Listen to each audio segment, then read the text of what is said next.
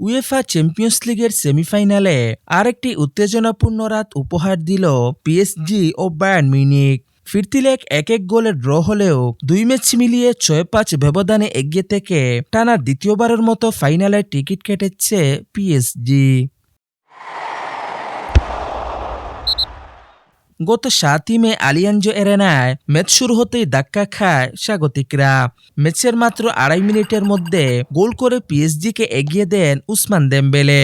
বাদিক থেকে খিচা কাভারেস্কিয়ার দারুণ আক্রমণ ও নিখুঁত পাস কাজে লাগিয়ে সহজ ফিনিশে গোল করেন দেমবেলে।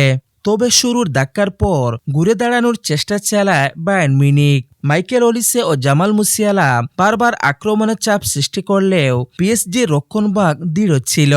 বিশেষ করে নুনো মেন্দেস গুরুত্বপূর্ণ কয়েকটি মুহূর্তে দলকে রক্ষা করেন। অপরদিকে ম্যাচ জুড়ে রেফারিং নিয়েও চরম বিতর্ক ছিল। কয়েকটি সিদ্ধান্তে অসন্তোষ প্রকাশ করেন বায়ার্নের খেলোয়াড়রা, বিশেষ করে সম্ভাব্য ফাউল ও হ্যান্ডবলের ঘটনায়। তবে শেষ দিকে নাটকীয়তা বাড়ান হ্যারি কেইন। যোগ করার সময়ের একেবারে শেষ মুহূর্তে গোল করে তিনি ম্যাচে সমতা ফেরান। তবে সেটি বায়ার্নকে বাঁচানোর জন্য যথেষ্ট ছিল না। ফলে ইউরোপীয় শ্রেষ্ঠত্ব জয়ের স্বপ্ন আবার অধরাই থেকে গেল হ্যারি কেইনের জন্য। এখন ফাইনালে আর্সেনালের মুখোমুখি হবে পিএসজি।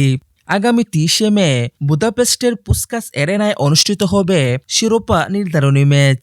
একদিকে শিরোপা ধরে রাখার লক্ষ্য পিএসজির, অন্যদিকে দীর্ঘদিনের ইউরোপীয় খরা কাটাতে মরিয়া আর্সেনাল। এখন দেখার বিষয় ইউরোপীয় শ্রেষ্ঠত্বের মর্যাদা কার হাতে উঠে।